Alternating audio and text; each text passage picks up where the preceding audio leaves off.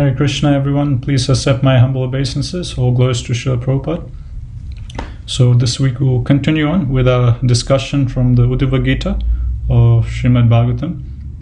So today we'll be reading from Canto 11, Chapter 17 of Bhagavatam. It's titled Description of the Varnashrama System. So last week, Ghanashyam Prabhu, he covered the first 20 verses of this chapter, wherein we saw at the start of the chapter, Uddhava, he was asking Krishna, putting forward a question to Krishna that, please can you elaborate a bit more about the prescribed duties of mankind? And then in response to that, Krishna in this chapter, who very elaborately described the whole Varnashrama system. And Krishna's answer to Uddhava's question will continue on to the next chapter also in chapter 18. So last week we saw how Krishna, he was giving a bit of history of the Varnashrama system, explaining to Uddhava that initially in Satya Yuga there was only one Varna. So the four Varnas we have, Brahmanas, Kshatriyas, Vaishyas and Sudras, they didn't exist in Satya Yuga. In Satya Yuga there was only one Varna, one occupation, and that was Hamsa. So this Hamsa class of people, of Satya Yuga, they're all full of all good, great saintly qualities. They're able to do a lot of austerities. They're very saintly in nature, peaceful, tolerant, and so on and so forth. So this was what Satya Yuga was like. There wasn't any of these breakups into different Varnas. Everyone was part of this one Varna called Hamsa. They're all pure-hearted and all naturally spiritually inclined. Then Krishna, he explained, as we saw last week at the start of this chapter, that when Treta Yuga came, after Satya Yuga, that's when these divisions were made of Brahmanas, Kshatriyas, Vaishyas, and Shudras. And then last week, Krishna, he was briefly explaining the qualities of Brahmanas, qualities of Kshatriyas, Vaishyas, and Shudras.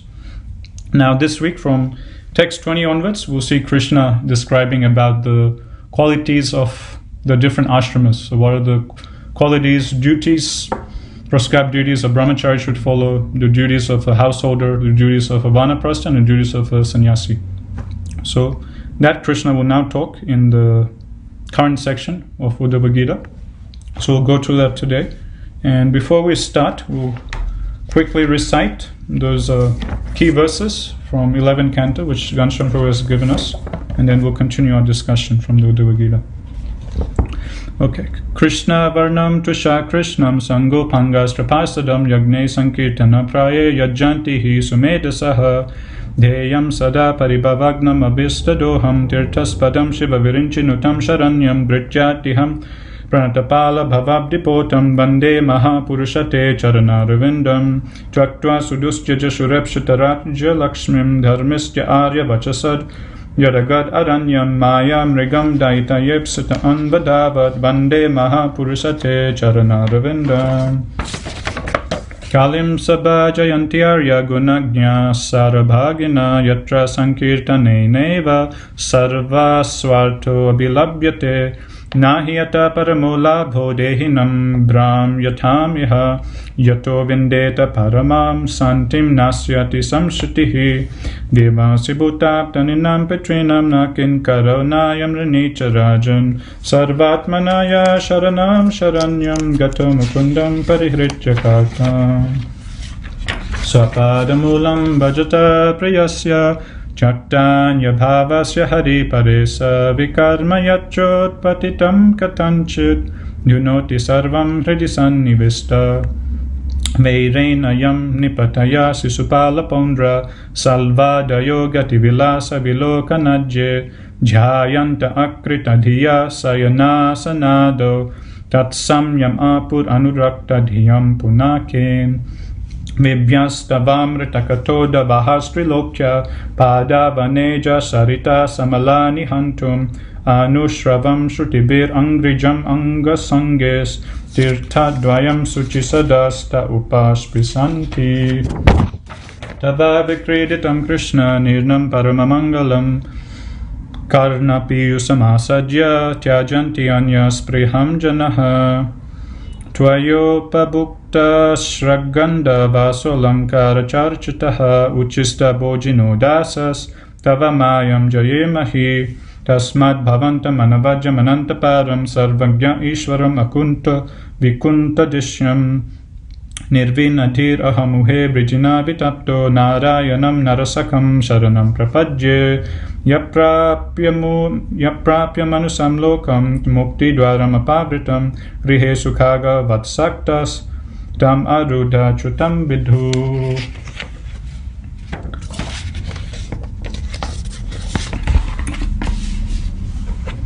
Okay, we'll just recite a few prayers, then we'll start. Om Jnana Timirandasya Jnana Jana Shalakaya Chakshulmritam Yena Tasmai Shri Guruve Namaha. Jai Shri Krishna Chaitanya Prabhu Nityananda Shri Advaita Gadadhara Shivasadi Gaura Bhaktivinoda. Hare Krishna Krishna Krishna Hare Hare Hare Rama Rama Rama Hare Hare. Om Namo Bhagavate Vasudevaya. Om Namo Bhagavate Vasudevaya. Om Namo Bhagavate Vasudevaya. Okay, so we'll be reading from Canto 11, Chapter 17, text number 20. So last week, Ghanashyam Prabhu, he covered the first 19 verses of this chapter as we were discussing earlier on.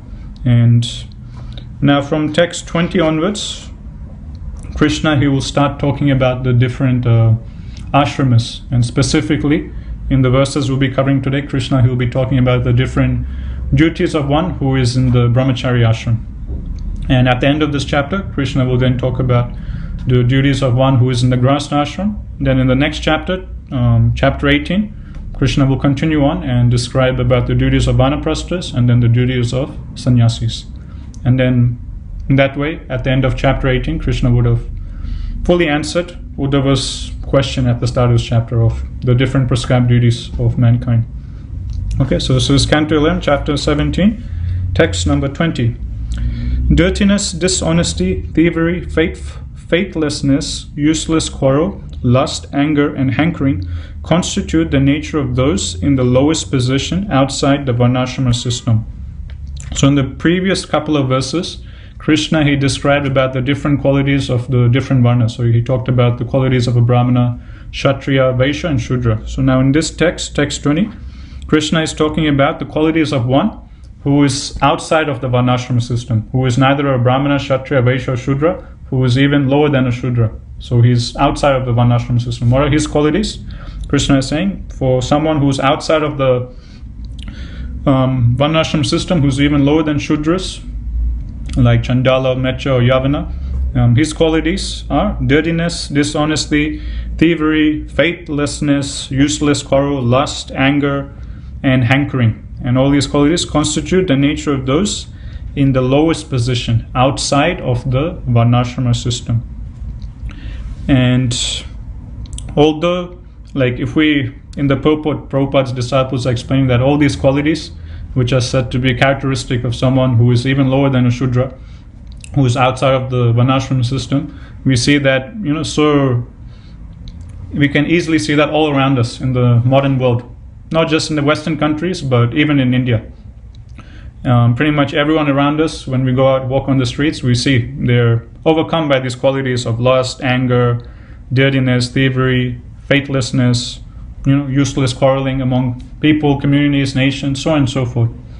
But nevertheless, the Shastras explain, Srimad Bhagavatam explains that although someone might be outside of the varnashrama system, although someone might be so low as a Chandala, a dog eater, or a Yavana, or a Mlecha, nevertheless, if he takes up to the practice of bhakti, if he takes shelter of the lotus feet of Krishna, then he can be immediately elevated to a position even greater than that of a Brahmana. He can immediately be elevated to the position of a Vaishnava and become even greater than Brahmana.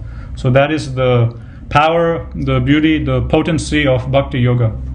That by the process of Bhakti Yoga, even if someone is outside of the entire varnashrama system, even if someone is a Mlecha, Yavana, or a Chandala, with no good qualities, with full of all these anarthas, nevertheless, if we just take shelter of the holy name of the Lord, if we take shelter of the process of Bhakti Yoga, they can immediately be elevated to a position which is even greater than that of a Brahmana. So Brahmana is supposed to be the most elevated varna, but by taking shelter of the process of Bhakti Yoga, even someone who is as low as a Chandala or Mlecha, he can immediately rise up beyond the stage of Brahmana to the platform of a Vaishnava, a devotee of the Lord.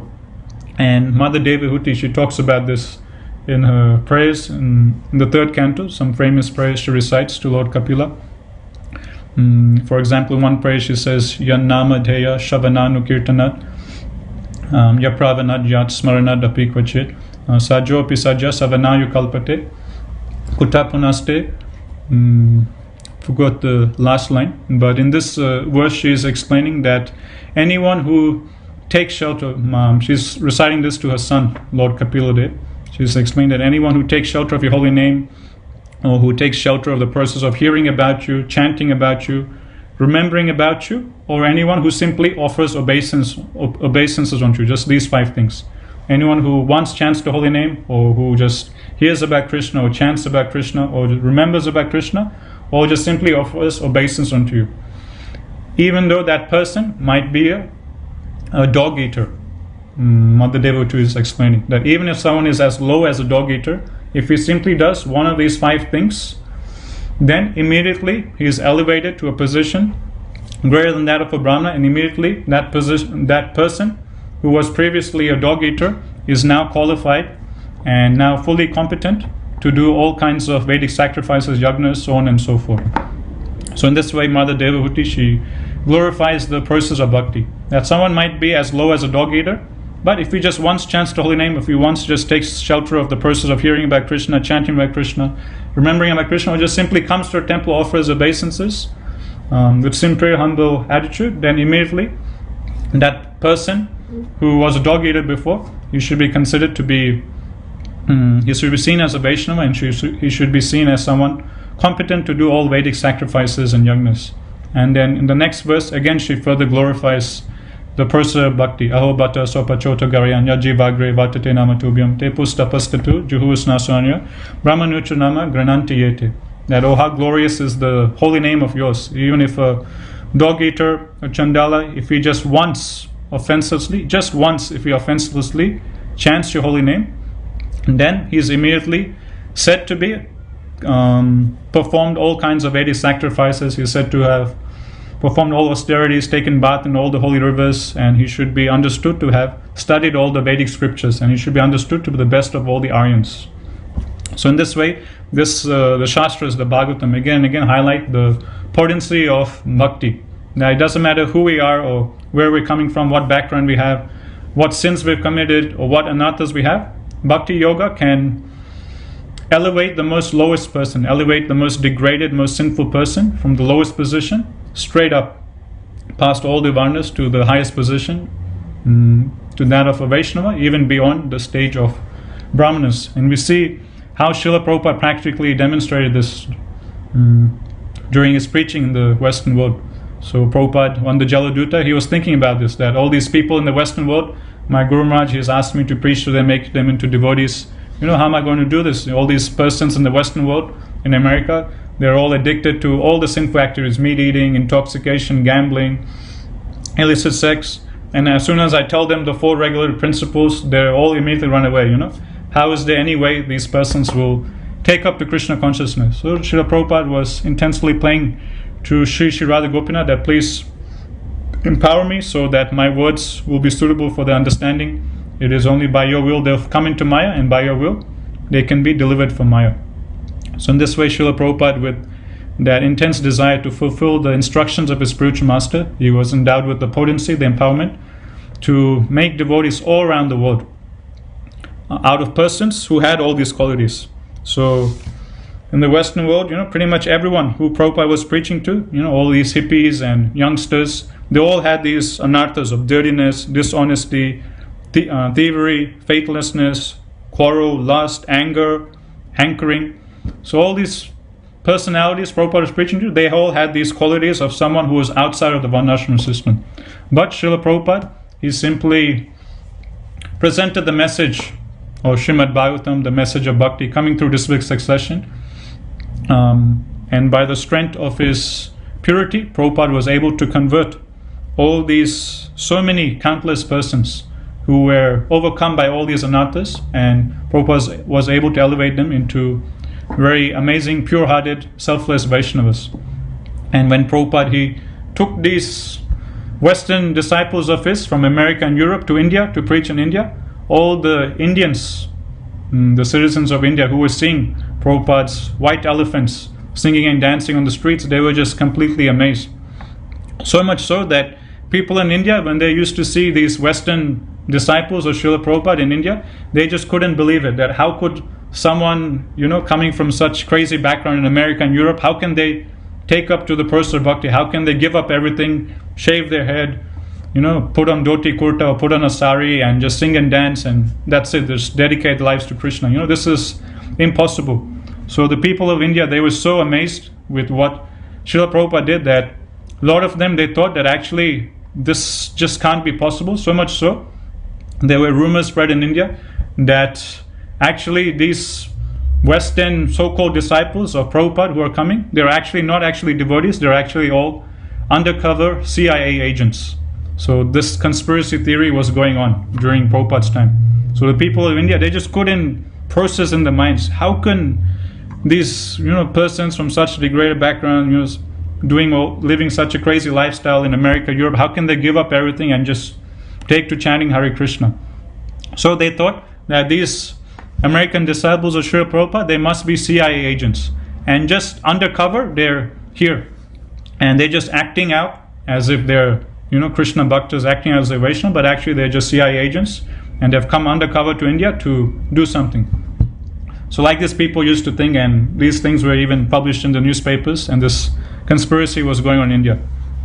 Others, it's explained, some Prabhupada disciples, they explain that Prabhupada would take them out on Harinam on the streets of India, and devotees will be doing intensely, so enthusiastically doing Harinam Sankirtan on the streets of India. And these persons in India, they will just simply be amazed and they will wonder, how did these Americans, Europeans become devotees? And they just couldn't believe their eyes. So much so, some Prabhupada disciples explain that while they'll do Harinam on the streets, these Indians, innocent Indians, they would come up to them, grab their hand and start rubbing their hand to see whether if their skin was actually white. They thought that it must be an Indian who's just painted his hand or just put some white powder over his hand. So there were these innocent Indian people. Prabhupada disciples explained that while they were doing Harinam, some Indians would come up to them, grab the hands of the devotees, the Western devotees of Srila Prabhupada, and start rubbing their hand to see whether if their skin was actually white. Are these actually white people from America, Europe? Or are they just, just actors, some fake people? Indians just covering themselves with white powder, white paint, and looking like Westerners, but not actually Westerners. So like this was how incredible miracle Srila Prabhupada did. That persons who had all these anarthas, these disqualifications, Prabhupada immediately elevated them to the topmost platform of Vaishnavism. So this is the beauty, this is the potency, this is the power of Bhakti Yoga. One time again in India, Prabhupada was giving a lecture, and then one person put up his hand and said, Swamiji, can you please show us a miracle? Because at that time and even now, people are very much satisfied by so-called miracles that, different yogis and so-called gurus and babajis and incarnations they do to cheat the innocent public. So someone in the audience asked, Swamiji, can you please also show us some miracle? And what did Prabhupada say? He just turned around to his disciples and said, this is my miracle. You see all these young students of mine? Previously they're all engaged in illicit sex, intoxication, meat eating and gambling. Now look at them. They've given up everything. They've shaved up and they've all become full-time Hare Krishna devotees. This is my miracle. Can anyone else do like this? Like this, Srila Prabhupada used to very proudly point at his Western devotees and to establish the point of how powerful bhakti is. So in this way, Srila Prabhupada used to inspire the people of India. Just see, bhakti is so amazing, so powerful that even these Westerners have taken up, completely surrendered.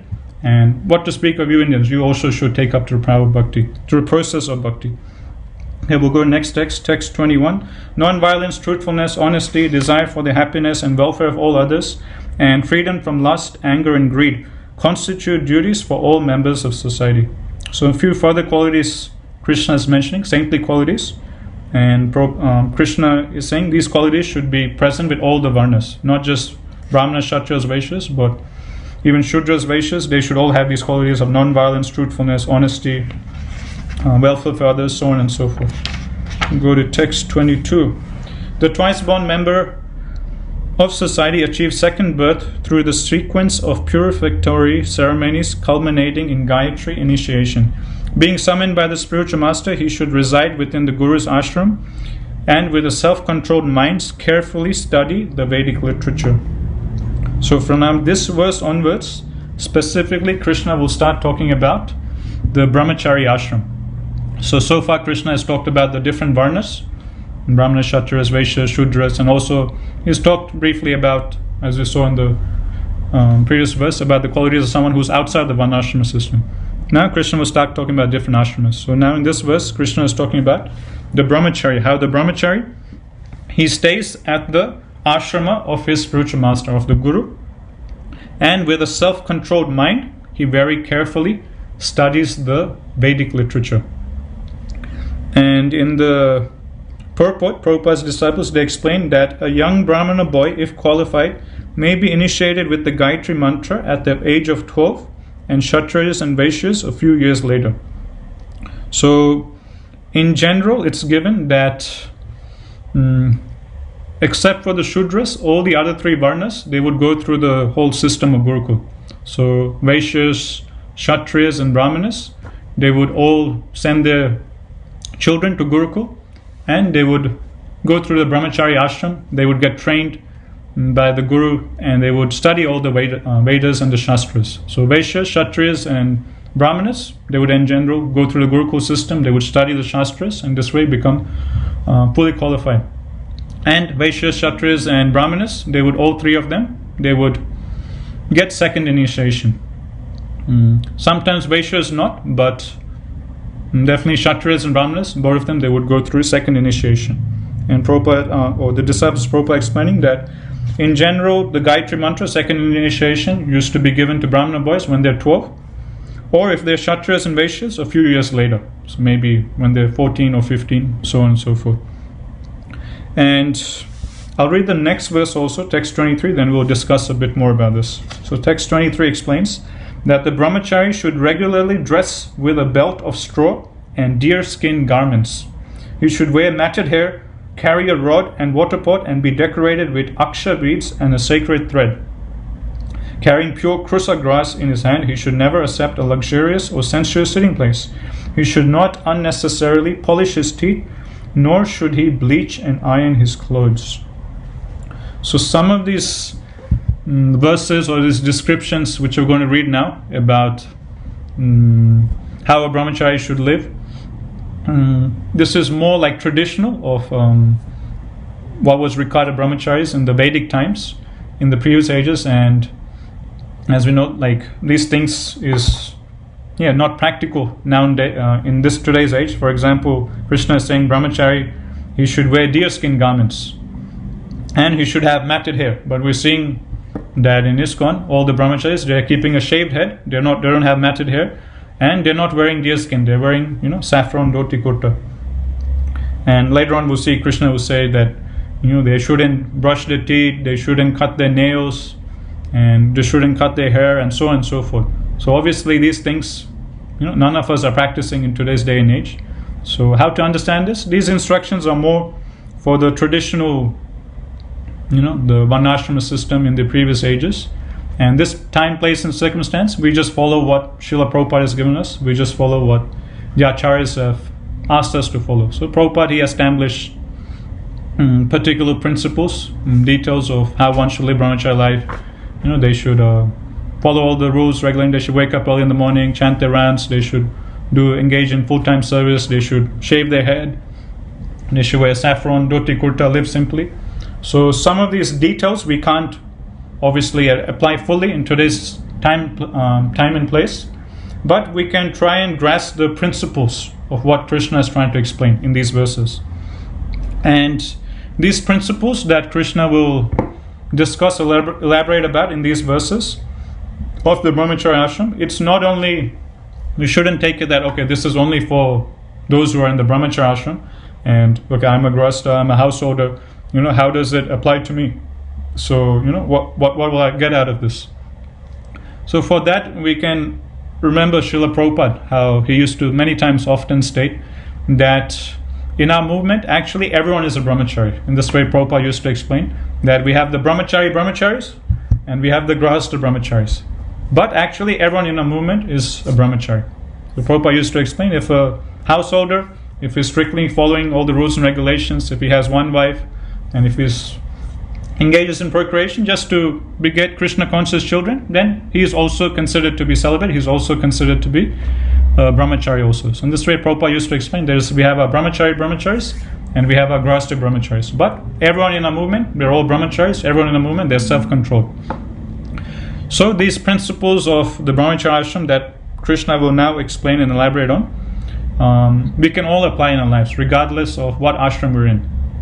So we might not be, staying in the temple, wearing saffron, but that doesn't matter. We can still grasp some of these principles and apply in our own lives. Just like Prabhupada, in his purports, he would often quote the 6 items of surrender by Srila Bhaktivinoda Thakur. And the first 2 are Anukulyasya Sankalpa, Pratikulyasya Varjana. So these are the first 2 items of surrender given by Bhaktivinoda Thakur. So Anukulyasya Sankalpa, Pratikulyasya Varjana means that we accept whatever is favorable for devotional service and we reject whatever is unfavorable for devotional service. So a lot of these qualities which we'll talk about being self-controlled, studying the Shastras, being sold out to the Guru, these qualities that Krishna is saying is specific to the Brahmacharya ashram. These qualities and values, they will help anyone and everyone, regardless of whatever ashram they're in, to get closer to Krishna. So because they help one get closer to Krishna, why not accept it? So in this way, we shouldn't put off these qualities or these verses of the Bhagavatam thinking that I'm not a brahmachari, so these verses don't apply to me. No, we can try and grasp the values and the principles which are being mentioned here, and we can apply it in our lives also, because it will help us become better devotees. It will help us get closer to the lotus feet of Shri Shri Radha Gopinath. So in these 2 verses, 22 and 23, what is Krishna saying is some of the principles a brahmachari should follow. One is, he should reside at the ashram of the Guru, and he should have a self-controlled mind and carefully study the Vedic literature. So these different items of brahmacharya life are very nicely summed up by Narad Muni in the 7th canto Bhagavatam in his instructions to Maharaj Yudhishthira. Maharaj Yudhishthira also asks a similar question like Uddhava, and Narad Muni, he gives similar verses like this, explaining about the duties of the different ashramas and the varnas, so on and so forth. So 7th canto is the end of 7th canto, 2nd volume, is also a nice section to read regarding the varnashrama system. So one particular verse, Narad Muni, he very perfectly sums up the whole brahmacharya ashram. So this is 7th canto, chapter 12, text number 1, I believe. So in this verse, Narad Muni says, Brahmachari Gurukule Vasan Danto Guror Hitam Acharan Dasava Nicho Guru Sudrida Sohrida. So what's Narad Muni saying here? Same thing that Krishna is explaining here. Narad Muni is explaining in very nice compact verse. So he's saying Brahmachari Gurukule. Brahmachari is one who stays in the Gurukula, who stays in the ashrama of his spiritual master. So we can't just stay at home with our parents and think, okay, I'm Brahmachari, I'm celibate, I'm not married, I'm Brahmachari. No, to be a Brahmachari, one has to completely renounce friends, family, his material life, and go and stay in the ashrama of the spiritual master. Go and stay in the temple, the ashram of Srila Prabhupada, and completely dedicate his life to serving the Guru. So that's the first thing Narad Muni says, Brahmachari Gurukula. He stays at the residence of the spiritual master and he serves him. Vasan, in the second line he says, Vasan Danto Guror Hitam. Vasan Danto means he continuously practices a life of self-control. Again, what Krishna is saying here. So he practices a life of self-control. So again, this quality of learning self-restraint, self-control is not something that's only important to brahmacharis, but all of us need to practice self-control in our spiritual life. So that's why in the temple or the ashram, there's a whole schedule given. There's a lot of rules that, okay, at this time we have to wake up, we have to attend Mangalarti, in the morning chant rounds, then we have to do this service, so on and so forth. So there's this strict routine or rules and regulations one has to follow in the Brahmacharya ashram, and this is for our own benefit. This is to help us become better devotees. This is help us to develop Krishna prema. One example which the acharyas give in relation to the importance of self-control or the importance of following all the rules and regulations, the acharyas give this example of just like we have a river, and the river flows from point A to point B, and the river is flowing through a valley from point A to point B, and we have the 2 sides or the 2 banks of the river or the 2 sides of the valley, and the river is being guided by the two sides of the valley, or is being guided by the two banks of the river. Now, if one of the sides of the valley suddenly collapses, then what happens? Then immediately the river will start flowing outwards onto the field, onto the land, and the river won't be able to go from point A to point B if one of the sides of the valley suddenly collapses. Then instead of going from point A to point B, the river will just outflow onto the land and won't flow towards the particular direction it was going to. So in the same way, the Acharyas explain that these two sides of the valley which guide the river from point A to point B, and these two sides of the valley, they are compared to the rules and regulations of bhakti.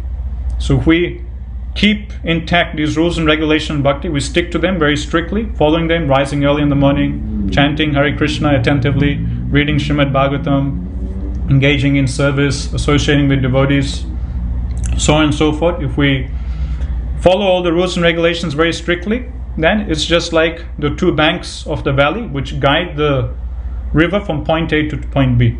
So these banks of these two sides of the valley, they're compared to the rules and regulations of bhakti. And the river being guided from point A to point B is the jiva, or the soul, being guided from wherever he is back home, back to Goloka Vrindavan, or back to the ultimate goal of life, Krishna Prema. So in this way, this is the process of sadhana bhakti. This is the importance of following all the rules and regulations strictly.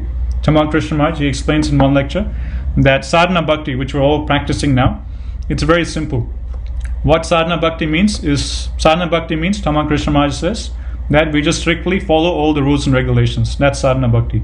The more strictly we follow the rules and regulations, the more strictly we take shelter of the process of bhakti, following all the things, instructions Srila Prabhupada has given us, the more quickly we'll advance in bhakti. So in this way, Tamal Krishna Maharaj, he makes things very simple. That sadhana bhakti means you just simply follow all the rules and regulations given by Srila Prabhupada strictly. More strictly, more sincerely we follow the rules and regulations, more quickly we'll advance in sadhana bhakti, more quickly we'll advance towards Krishna Prema. So in this way, Naramuni explains Vasan Danto. So Danto means self-control. He follows strict rules and regulations given by his spiritual master, and he does this for his own good, and this way he becomes self-controlled. Instead of becoming a slave of his mind and senses, he becomes a Goswami, he becomes a master of his mind and senses. So that training is given in the Brahmacharya ashram. And then Vasandanto Gurur Hitam. So this is very important, and I would say this is the most important aspect of the Brahmacharya ashram. So Gurur Hitam means, Gurur means the Guru or the spiritual master, and Hitam means the Brahmachari, he stays at the place or the ashram of the spiritual master or at the temple simply for the benefit of the Guru, simply for the sake of serving the spiritual master or the Guru. He has no selfish desires, he has simply dedicated himself, and he's staying in the temple or staying in the ashram just simply to carry out the desires, just simply to please the Guru, just simply for the sake of the spiritual master. So this, I would say, is the most important aspect of Brahmacharya ashram, Gurur Hitam, which means you simply reside in the ashram and you serve simply for the sake of the spiritual master's pleasure. One time, Bhaktivedanta Purna Maharaj, he was talking to us and he was telling us that the number one quality of the Brahmachari is submissiveness, which means whatever our authorities asked us to do, we should follow strictly. Whatever the Guru asked us to do, we should follow strictly. And my Guru Maharaj also says that Brahmachari life means selfless service. So in this way, my Guru Maharaj, he summarizes the whole Brahmacharya ashram. Brahmachari life means selfless service. One gives up family, friends, society, everything, and comes and surrenders onto Krishna at the temple, at the ashram, and simply lives, just simply, and performs selfless service for the benefit of Krishna, for the benefit of Srila Prabhupada and all the Vaishnavas, without expecting anything in return. So this is Brahmacharya ashram, Gurur Hitam. He simply lives in the ashram for the benefit and the sake of serving the Guru, sake of pleasing the spiritual master. Then in the third line, Narada Muni says, Acharan Dasavan Nicho. So Acharan means behavior, one's achar. So that's behavior, Acharan. So by behavior, how is a Brahmachari supposed to act? Acharan Dasa Nicho. Dasa means servant, Nicho means, Niche. Niche means low. So by his behavior, by his achar, a Brahmachari should act like a very humble, menial servant. He should be acting just like Nicha means low, so you should act like a very lowly, humble, menial servant of the spiritual master and of all the Vaishnavas. and dasa. He should cultivate this mood of dasanudas, that I am the servant of everyone. So again, all these qualities which are given for the brahmacharis is something all of us can cultivate. All of these qualities will help us get closer to Shri Shri Radha Gopinath. Cultivating this quality of dasanu, nicha, of being a lowly, humble, menial servant of the Vaishnavas. Naturally this will help us advance a lot in bhakti. And again, this principle of gurur hitam, of living in the temple for the sake of the spiritual master. So one might think this is something only the brahmacharis can apply, because they're living in the temple, so they're dedicating their lives for the benefit of Srila Prabhupada and for the mission. But I'm not staying in the temple, so how can I practice this principle of gurur hitam, or acting simply everything for the pleasure of the guru? So we can also apply this even if we are householders, by seeing everything in relation to Guru and Krishna. For example, if we are in the householder ashram, we can see a house which we're living in as the property of our spiritual master. This house actually doesn't belong to me. This house is actually the property of my spiritual master. This house is the property of Shri Shri Radha Gopinath, and I'm simply just residing in this house to practice a Krishna conscious lifestyle for myself, and to provide for Krishna conscious lifestyle for my wife and my children. And also I'm engaging this house in the service of my Guru and Shri Shri Radha Gopinath by conducting kirtans, Bhagavad Katha, inviting different devotees to have sadhu sangha, and for engaging preaching programs. I'm inviting different peoples for Bhakti Vriksha, Bhakti Shastri. In this way I'm using this house in the service of my spiritual master, in the service of Shri Shri Radha Gopinath. And these cars that I have 2 nice cars, and again I'm using these cars again for the sake of going to work, getting money for Krishna, getting money for I can live a Krishna conscious lifestyle, and I'm also using them for preaching purposes. So in this way, if one connects everything to Krishna, one sees everything around him that he has as not his personal possessions, but as the property of the Guru and Krishna, then one can, even while living in the household ashram, also cultivate that same mood of gurur hitam, the same mood of everything for the sake of Krishna, everything for the sake of Guru and Krishna, nothing for myself. So one can also cultivate that in the household ashram by seeing everything as Krishna's property, by seeing everything as the property of his Guru. This house is actually not mine, it's my spiritual master's. This house is Shri Shri Radha Gopinath's. These cars are Radha Gopinath's property. I'm just engaging them in their service. And my partner, my wife, or my husband, they're great devotees of Krishna. So that's the 3rd line of the verse. So first we covered Brahmachari Guru Kule, Vasandanto Gurur Hitam, Acharan Dasavanicho. And the last line, Narayan Muni, he explains, is Guru Sudrida Sohrida. So the last line Narayan Muni explains is the Brahmachari. He stays in the ashram and he develops a strong bond of friendship with the spiritual master. So Sudrida means firm and strong, and Sohrida means friendship. So the Brahmachari, he develops this strong friendship, or this bond of friendship with the spiritual master. And strong bond of friendship doesn't mean that we become very casual with the Guru, and spiritual master, crack jokes with him, so on and so forth. But friendship means we assist the spiritual master in fulfilling his desires, or fulfilling his service, assist the spiritual master in his service to his spiritual master, in his service to Shri Shri Radha Gopinath. So that's the meaning of developing a strong friendship. Just like, we come to a temple and we see one of our good friends, they're doing some particular service, then as a friend we ask them, Prabhu, would you like some help? Can I help you? I have some free time. If someone is cooking in the kitchen, one of our friends, we ask them, can I also help you? So in the same way, the disciple, he is supposed to have this strong bond of friendship with the Guru, in the sense that he should see what is the desires of my spiritual master, what are the services he's doing, and he should try and assist the spiritual master in his service to Shri Shri Radha Gopinath. So in this way, Narayan Muni, he very nicely sums up all these different, sums up pretty much the whole Brahmacharya ashram in this one very beautiful sloka in 2nd canto, chapter 12, text number 1.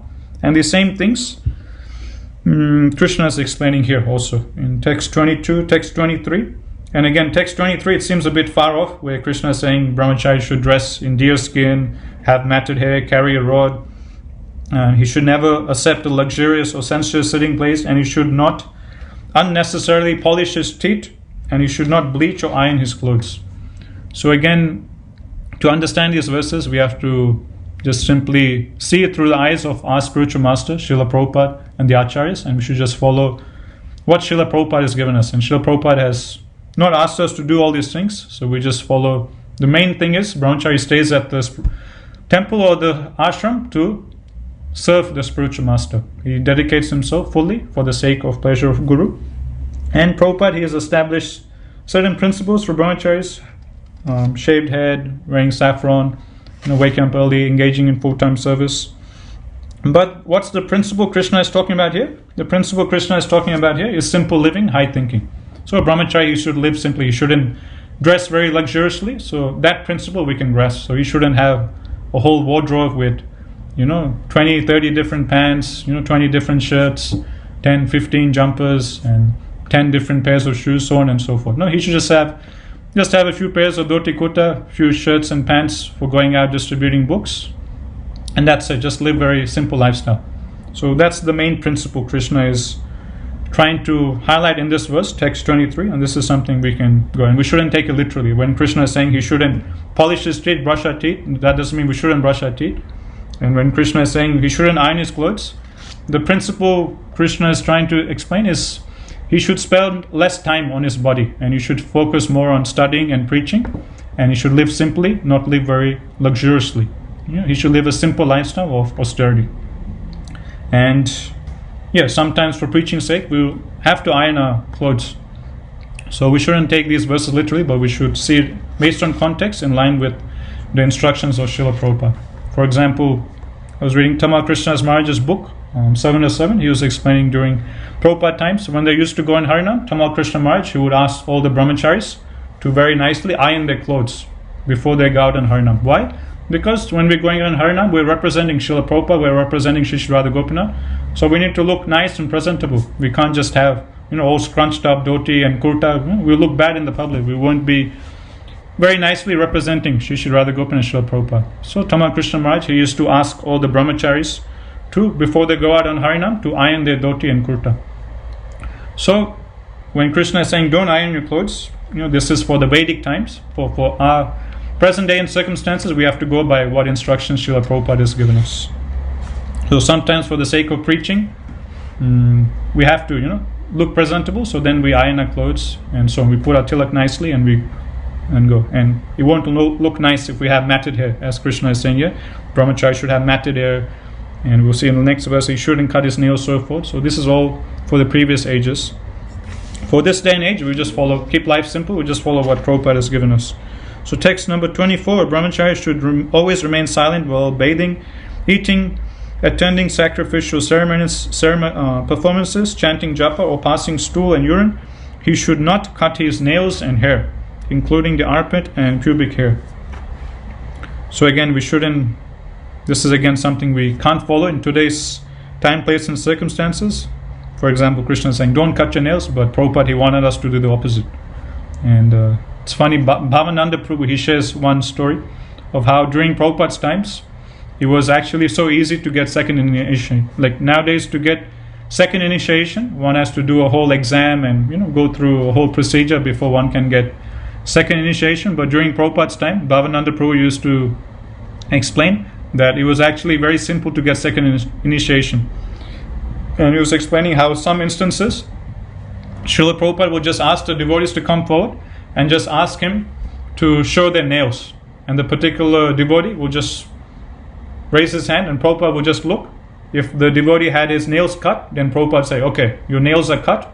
That means you're following cleanliness. Okay, I'll give you second initiation. If the devotee hadn't cut his nails and his nails were long, then Prabhupada said, you're not cutting your nails, you're not following cleanliness, so you need to practice a bit more. So in this way, Bhavananda Prabhu used to explain that, during Prabhupada's times, Prabhupada used to just give second initiation just by looking at devotees' nails. If devotees had their nails cut, Prabhupada would say, okay, you're qualified, I'll give you second initiation. And we'll go next verse, text 25. One observing the vow of celibate brahmachari life should never pass semen. If the semen by chance spills out by itself, the brahmachari should immediately take bath in water, control his breath by pranayama, and chant the Gayatri mantra. Text 26. Purified and fixed in consciousness, the brahmachari should worship the fire god, sun, acharya, cows, brahmanas, guru, elderly, respectable persons, and demigods. He should perform such worship at sunrise and sunset without speaking, but by silently chanting or murmuring the appropriate mantras. Then text number 27. So this is a very famous verse which we should all memorize.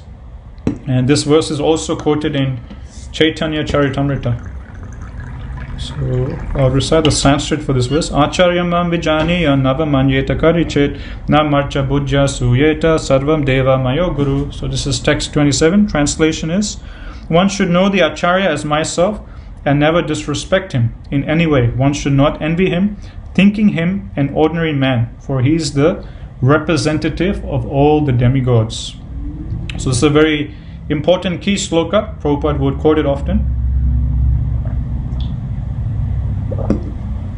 And the purport for this verse is actually given by Srila Prabhupada only, because this verse comes in CC, Adi Leela, the exact same verse, and Prabhupada gives a big long purport in CC on this verse, and the disciples of Srila Prabhupada, they've taken that purport from CC and put it here in Srimad Bhagavatam. So we won't read the whole purport today due to lack of time, but this purport is something we can all read in our own time. It's a very nice, beautiful purport, and Prabhupada is explaining about the whole science of Guru Tattva. And I'll just briefly go through over some of the points Prabhupada is saying here. I'll read the first paragraph. So Prabhupada is saying here that this is a verse from Srimad Bhagavatam 11:17-27, spoken by Lord Shri Krishna when he was questioned by Uddhava regarding the four social and spiritual orders of society. He was specifically instructing how a Brahmacharya should behave under the care of a spiritual master. A spiritual master is not an enjoyer of facilities offered by his disciples. He is like a parent. Without the attentive service of his parents, a child cannot grow to manhood.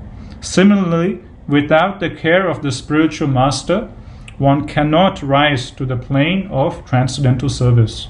So firstly, Prabhupada is explaining that the spiritual master's position or his role is just like a parent.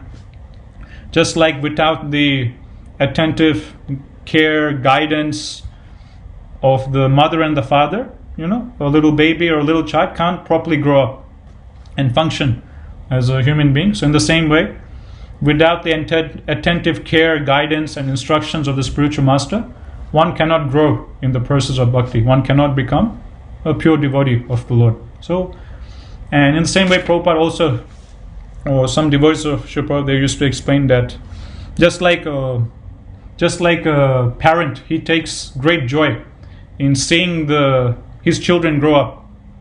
Just like initially the little baby or the child who will be crawling, and then suddenly after some time, who slowly start walking. And the day when the child starts walking, immediately, there's big celebration in the house. They'll take photos, record the video. Oh, my son, at this day and at this age, he's finally learning how to walk by himself. So in this way, as the children, they slowly start growing up, as they start speaking and learning, with every stage of the child growing up, it's a great source of joy, both for the mother and the father. So in the same way, the spiritual master or the guru, he takes great joy in seeing how his disciples or how her disciples are progressing in their spiritual life. That's why it's mentioned that when it comes to writing emails to our spiritual master, updating them about our spiritual life, what are the things we should write about? It's said that in general we should talk about how we're progressing in our spiritual life, because this is one of the things the spiritual master wants to know. Just like a parent, he's eager to see how the children are slowly growing up. So in the same way, the guru is eager to see how his disciples are becoming more and more mature, how his disciples are becoming more firmly fixed in devotional service, and how they're becoming better devotees. So this is one of the things we can write to our respective spiritual masters. This is one of the things that they like to hear from us about how we're progressing in our spiritual lives. For example, we can write to them, okay, I'm currently reading this section of Bhagavatam, or Gurudev, I've just recently finished reading all the Prabhupada's books, or I've just finished reading Bhagavatam, now I'm reading this book, or I've increased my rounds to this, to so and so, or I've taken this responsibility, of running a bhakti rickshaw, of taking this responsibility, of doing this particular service in temple. So when our spiritual master, they hear all these things of how we're increasing our sadhana, how we're progressing in our spiritual lives, how we're taking on more responsibility for Srila Prabhupada, then just like a parent, they take great bliss in seeing their children grow up. Similarly, our spiritual masters also, they get great joy and bliss. So seeing us, noticing how we're progressing and going up in our spiritual lives. In CC it's given, Prabhupada explains that there are two desires of all spiritual masters that they want fulfilled, that they want their disciples to fulfill. What are these two desires of the spiritual master? Prabhupada explains the first desire of the spiritual master, of the guru, is that he wants to see his disciples nicely practice bhakti and nicely progress himself in his spiritual life. So nicely chant his rounds, read Bhagavatam, take shelter of personal bhakti, so on and so forth. So that's the first desire of the guru. The second desire of the guru, Prabhupada explains, is that he wants his disciples to share this process of bhakti with others. So in this way, Prabhupada explains that these are the two desires of the spiritual master that every disciple must try and fulfill. First one is that we ourselves need to be nice devotees, we ourselves need to be practiced very sincerely. And the second desire of the spiritual master is that he wants to share this message of bhakti all around the world. The guru, the acharya, he feels compassion for all the fallen conditioned souls, and he wants to give them the process of bhakti. So that's the second desire of the guru. So it's the duty of the disciples to also fulfill that second instruction by going out and doing preaching, outreach, book distribution, Harinam Sankirtan, so on and so forth. So in this way, Prabhupada very nicely compares the position of the guru to that of a parent. And just like a parent will sometimes chastise their children, but the children or the child, they should understand that whatever chastisement is coming to them from their parents is actually just for their own benefit. And it's simply given to them out of love and care for them. So in the same way, whatever corrections and instructions we get from our spiritual master or masters or our authorities, we should take it that they're doing it simply out of love and care, out of affection, to help us progress in the path of bhakti. Like Ghanashyam Prabhu was sharing one story recently of Srimati Radharani. Once Srimati Radharani was standing next to Krishna and fanning Krishna with a fan. And then Krishna, he told Srimati Radharani, don't fan me like this, instead you fan me like this. Then when Srimati Radharani, she heard this instruction from Krishna, what did she do or what did she feel? She immediately goes into great spiritual ecstasy and great spiritual happiness.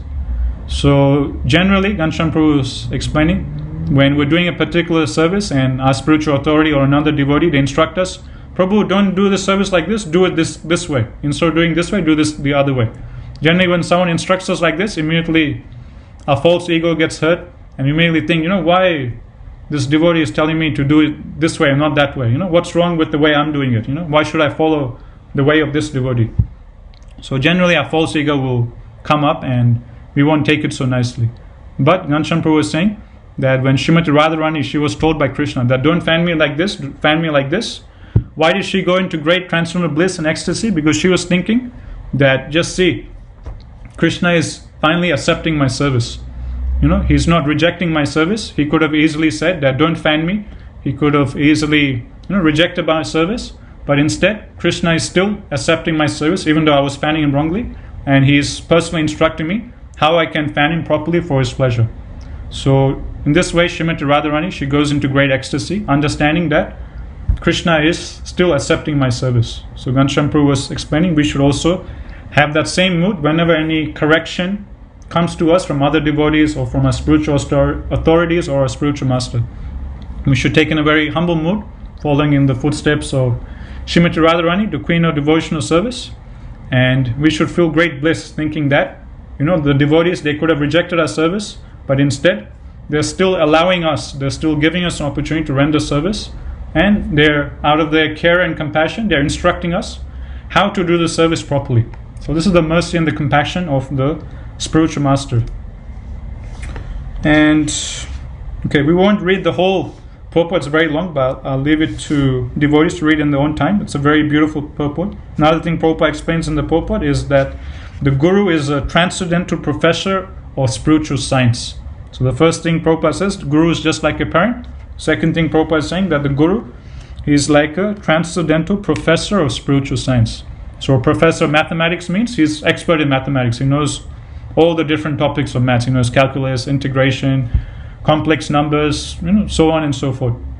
So Transcendental Professor of Spiritual Science means that a guru, he must be fully conversant with all the principles of all the Shastras.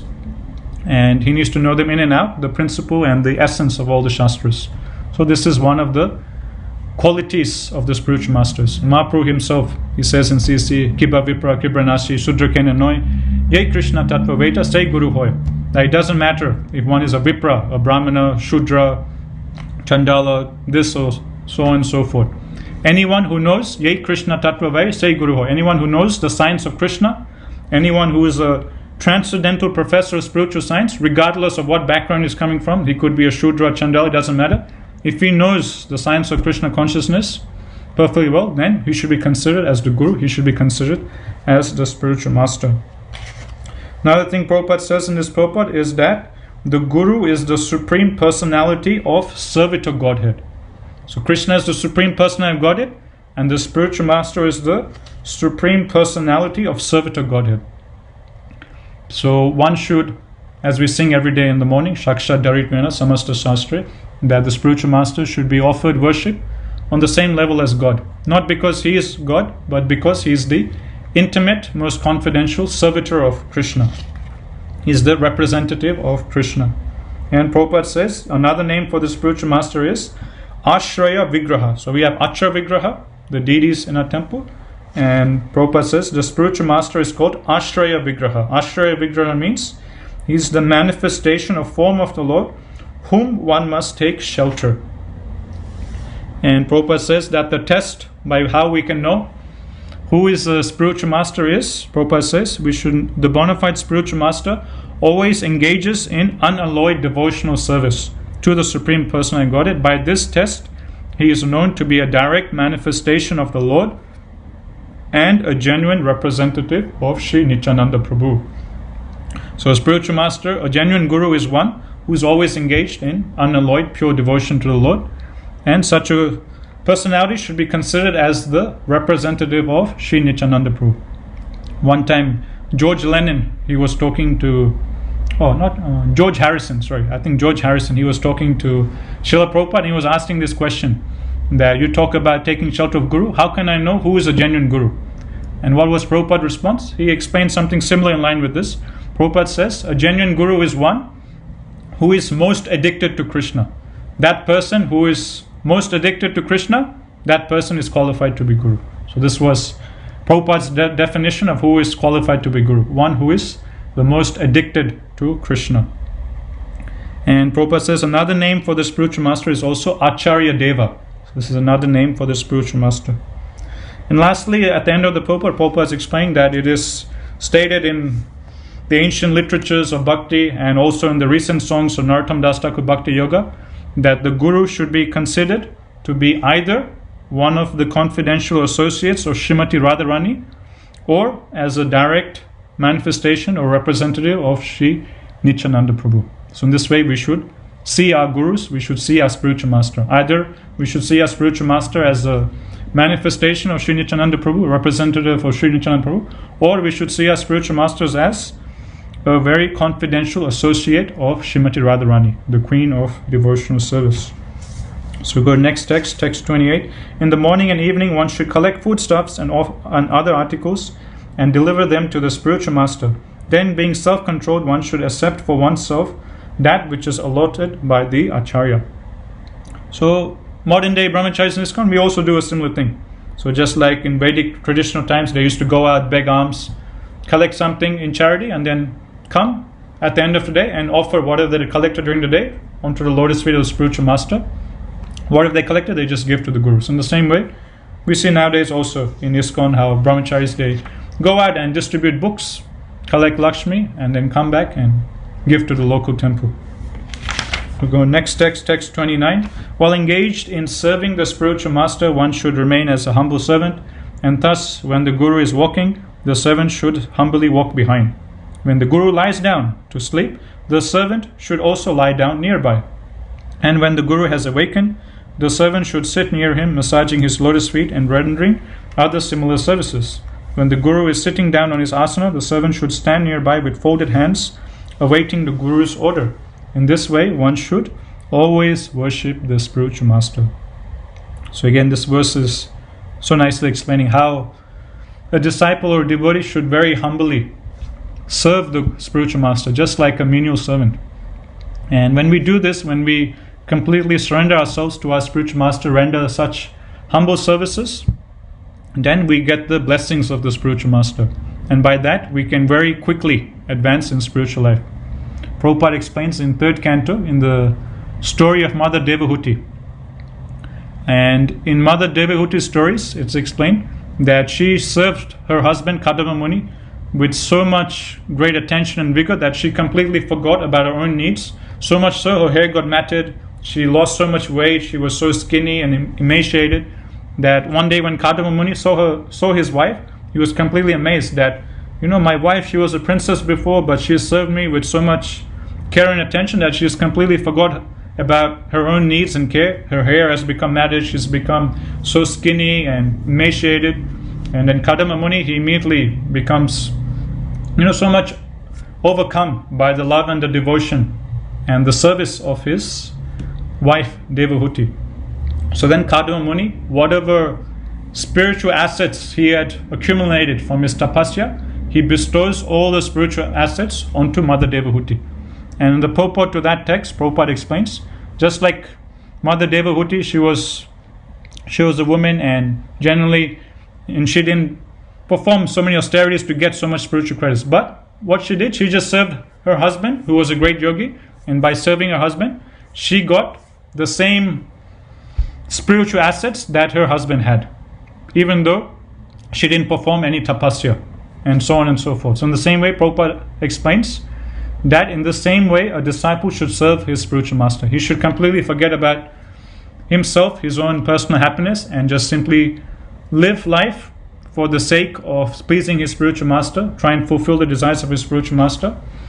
In this way, if he dedicates himself to serving the Guru, then just like Mother Devahuti, although she didn't do any austerities, or although she wasn't qualified to get all these spiritual assets, she was bestowed these spiritual assets by her elevated husband. So in the same way, although we as disciples, Prabhupada explains, although we as disciples might be very unqualified, might have so many anarthas and material desires and so on and so forth, still by serving the spiritual master will be so pleased that whatever spiritual credits the Guru has acquired, whatever spiritual saintly qualities the Guru has, the Guru with his blessings will bestow upon us. And this, Prabhupada explains, is the secret to success in spiritual life. If we want to advance quickly, we have to satisfy the spiritual master. Then, even though we're unqualified, even though we don't have the potency to reach such a high level of bhakti, by the mercy of a Guru, by the blessings of a Guru, whatever spiritual assets a spiritual master has, whatever spiritual qualities our spiritual master has attained or acquired after so many years of devotion service, he will bestow upon us also. In this way, we can very quickly advance in our own spiritual lives also. Now go next text 30. Until the student has completed his Vedic education, he should remain engaged in the ashrama of the spiritual master. Should remain completely free of material sense gratification, and should not break his vow of celibacy. Text 31. If the Brahmacharya student desires to ascend to the Maharloka or Brahmaloka planets, then he should completely surrender his activities to the spiritual master, and observing the powerful vow of perpetual celibacy, dedicate himself to superior Vedic studies. So text 30 talks about the Upakurvana Brahmachari. So there's two types of brahmacharis, Upakurvana Brahmachari and Naishtiki Brahmachari. Upakurvana Brahmachari is one who stays in Gurukul, stays in the temple, in the ashram for some years, engages in selfless service. Then, taking the permission of the spiritual master, he leaves the Brahmacharya ashram and he goes to the Grahastha ashram. So that's the Upakurvana Brahmachari. And then text 31 talks about Naishtiki Brahmachari. Naishtiki Brahmachari is one who, for a whole life, he remains in the Brahmacharya ashram. He practices complete celibacy for his whole life, and he doesn't go into the Grahastha ashram. So text 32, thus enlightened in Vedic knowledge by service to the spiritual master, freed from all sins and duality, one should worship me as the super soul. As I appear within fire, the spiritual master, one's own self, and all living entities. Text 33. Those who are not married, sannyasis, vanaprasthas, and brahmacharis should never associate with women by glancing, touching, conversing, joking, or sporting. Neither should they ever associate with any living entity engaged in sexual activities. Text 34 to 35. My dear Uddhava, general cleanliness, washing their hands, bathing, performing religious services at sunrise, noon, and sunset, worshipping me, visiting holy places, chanting japa, avoiding that which is untouchable, uneatable, or not to be discussed, and remembering my existence within all living entities as the Supersoul, these principles should be followed by all members of society through regulation of the mind, words, and body. Text number 36. A Brahmana observing the great vow of celibacy becomes brilliant like fire, and by serious austerity burns to ashes the propensity to perform material activities. Free from the contamination of material desire, he becomes my devotee. So this is one of the symptoms of one who strictly practices the rules and regulations of the Brahmacharya ashram or of the Varnashrama system. What happens? By strictly observing a vow of celibacy, he becomes brilliant like fire. So he starts giving up beautiful luster, brilliance from his face. And many times devotees during Prabhupada's times, when they used to see Prabhupada for the first time, one thing that would astonish them was of the effulgence coming from Prabhupada. So many Prabhupada disciples, they used to say like this, that somehow Prabhupada, he had this some kind of effulgence coming from his transcendental body. Not only that, even Prabhupada's disciples themselves, so many karmis, when they used to see Prabhupada's disciples singing and dancing on the streets, they used to comment that these Hare Krishnas, they have some kind of different luster coming from the body. They seem to be very bright-faced, and there's some kind of brilliance coming from these bodies. So even karmis, they used to notice this, that these devotees of Srila Prabhupada, during Prabhupada's time, they used to give up a little effulgence, a luster. They used to be very bright-faced and happy. So these are the symptoms of someone who's strictly practicing the rules and regulation of Varnashrama Dharma. So his luster increases, there'll be a little bodily effulgence coming from him. He will always be happy and blissful. Determination will increase, memory power will increase, sense control, so on and so forth. So in this way, one can notice these qualities coming upon him by strictly following all the rules and practices of his particular ashrama. We go to text number 37. A brahmachari who has completed his Vedic education and desires to enter household life should offer proper remuneration to the spiritual master, bathe, cut his hair, put on proper clothes, and so on. Then, taking permission from the guru, he should go back to his house. So again, this is talking about the Upakurvana brahmachari, or that brahmachari who after some time leaves the ashram and goes into the Grihastha ashram. So before he does that, it's very important, Krishna is saying, he should first take permission and the blessings of the guru before leaving the Brahmacharya ashram and going to the Grihastha ashram. So this is a very important principle of Vedic culture, that before one takes any step in his life, he needs to consult with his spiritual master. He needs to take permission of the spiritual master and the Vaishnavas and of the deities also. And we see this in Chaitanya Charitamrita. In our recent classes we've been discussing by Ghanashyam Prabhu, we've been seeing how, for example, Chaitanya Mahaprabhu, when he wants to leave Jagannath Puri and when he wants to go on the South Indian tour, before he does that, he doesn't just say, although he's the Supreme Personality of Godhead, although he's a sannyasi, on the top rung of society, he could have just left without telling anything to anyone. But still, showing us the humble mood of a Vaishnava, before he leaves, he begs permission from his devotees that this is my desire, I want to go on the South Indian tour.